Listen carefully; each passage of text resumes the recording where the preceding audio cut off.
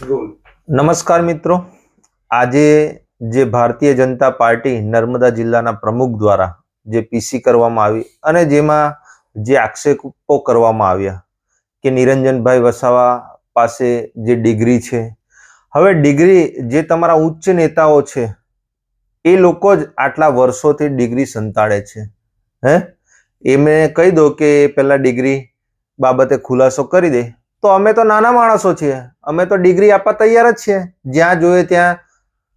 અને બીજી વાત કે અમારો જે પરિવાર છે, મારા જે બંને ભાઈઓ છે નાના, એ બધા એમના પરિવાર સાથે અલગ રહે છે. અને જે કેસોની વાત કરો છો તો જે કેસો છે એ તો 2010, 2012 ને 2015 આજથી 10-15 વર્ષ જૂના કેસોની વાત છે. અને આ મુદ્દો ક્યાંક ને ક્યાંક ભટકાવવાની ભારતીય જનતા પાર્ટી અત્યારે આ કોશિશ કરી રહી છે. મારો મુદ્દો છે કે ભારતીય જનતા પાર્ટીમાં જે અત્યારે ચૂંટાયેલા પ્રતિનિધિઓ છે એ જિલ્લા પંચાયતના હોય, તાલુકા પંચાયતના હોય કે ભારતીય જનતા પાર્ટીના હોદ્દેદાર હોય, આજે પણ એમના ત્યાં ખુલ્લે આમ દારૂ વેચાઈ રહ્યો છે એમના ઘરની આજુબાજુમાં. અને એ લોકો કન્ટેનરો, આઈસર ટેમ્પાઓ દ્વારા એ લોકો હાલમાં પણ કટિંગ કરી રહ્યા છે. એના તમામ પુરાવા અમારી પાસે છે. અને બીજી વાત કે આજે સાંસદ શ્રી મનસુખભાઈ વસાવા, જેઓ 2500 કરોડ રૂપિયા મનરેગાનું જે કૌભાંડ છે એ બાબતે કેમ આજ દિન સુધી મૌન છે? ધારીખેડા સુગરમાં 50 લાખ રૂપિયાની બેગ જલારામ એન્ટરપ્રાઇઝની જે એજન્સીના આગેવાનો દ્વારા ત્યાં ગાડી આપવામાં આવી છે, એ પૈસા શેના માટે આપવામાં આવ્યા હતા એ બાબતે ખુલાસો કરો. બીજી વાત કે જે ડ્રાઈવરો છે એ ડ્રાઈવરો દ્વારા જૂના કોર્ટમાં અને ક્યાં ક્યાં કટિંગો કરવામાં આવે છે એના પણ તમામ અમારી પાસે ફૂટેજ છે. અમે આ તમામ ફાઇલો ભારતીય જનતા પાર્ટીના જે ઉચ્ચ નેતાઓ છે એમના તમામ પુરાવા સાથે આ અમે અહીંયા ગાડી બેઠા છીએ. અને બીજી વાત અમે કરીએ છીએ, જે આપણા સાંસદશ્રીએ નલ સે જલ યોજનામાં જે કરોડો રૂપિયાનું જે કૌભાંડ થયું છે એ બાબતે મેં વાત કરી છે. તો એ બાબતે પણ અમને ખુલાસો કરવામાં આવે કે એ એજન્સીઓ પાસે ને જે અધિકારીઓ પાસે જે લાખો રૂપિયા લેવામાં આવ્યા છે એ કઈ બાબત પર લેવામાં આવ્યા છે.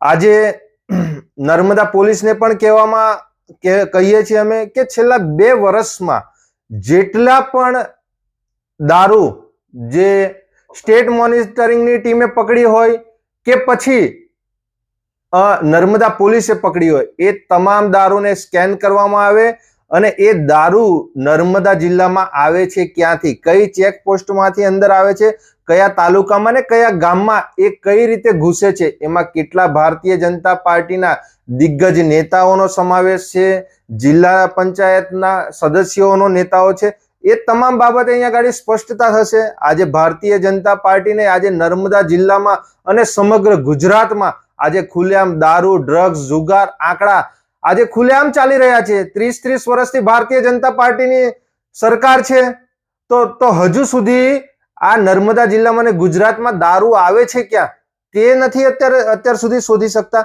કેમ કે ભારતીય જનતા પાર્ટીના નેતાઓને ત્યાં ગાડી એમને કવરો જઈ રહ્યા છે, એમને હપ્તાઓ જઈ રહ્યા છે. નર્મદા પોલીસ હોય કે ગુજરાત પોલીસ હોય, તમામને હપ્તા જઈ રહ્યા છે. એ બાબતે આજે કેમ આ મુદ્દાને ડાયવર્ટ કરવામાં આવી રહ્યો છે? જે અમારો જે મુદ્દો છે, જે અમારી જે વાસ્તવિકતા છે એ આજે 2-3 દિવસ પહેલા પણ આજે તમારા સમક્ષ અમે રજૂ કરી હતી.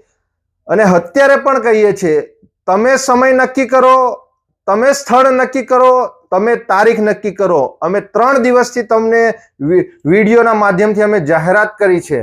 આજ દિન સુધી હજુ પણ તમે સ્થળ, સમય અને તારીખ તમે નક્કી નથી કરી શકતા. તમે જે તારીખે અમને જ્યાં પણ બોલાવશો તમામ પુરાવા સાથે અમે ભારતીય જનતા પાર્ટીના જે નેતાઓ આમાં ઇન્વોલ્વ છે એના તમામ પુરાવા સાથે અમે તમે જે કહેશો એ સ્થળ પર અમે આવીને આ તમામ બાબતે ખુલાસા કરવાના છે. નિરંજનભાઈ વસાવા એ કોઈ બુટલેગર નથી, નિરંજન વસાવાના કોઈ 2 નંબરના ધંધા નથી. એટલે નિરંજન વસાવાને જે વ્યક્તિગત ટાર્ગેટ કરો છો એ વ્યક્તિગત ટાર્ગેટ કરવાની જ્યાં વાત આવે, આજે નિરંજનભાઈના જે બંને ભાઈઓ છે એ છેલ્લા 7-8 વર્ષથી અમારા પરિવારથી અલગ રહે છે, અમારા માતા પિતા અલગ રહે છે. એટલે મુદ્દાને ભારતીય જનતા પાર્ટી ક્યાંક ને ક્યાંક ડાયવર્ટ કરવામાં પ્રયત્નો કરી રહ્યા છે. જે અમારા પ્રશ્નો છે એ તમે આગળના 2-3 દિવસના અમારા વિડીયો જોઈ લેજો.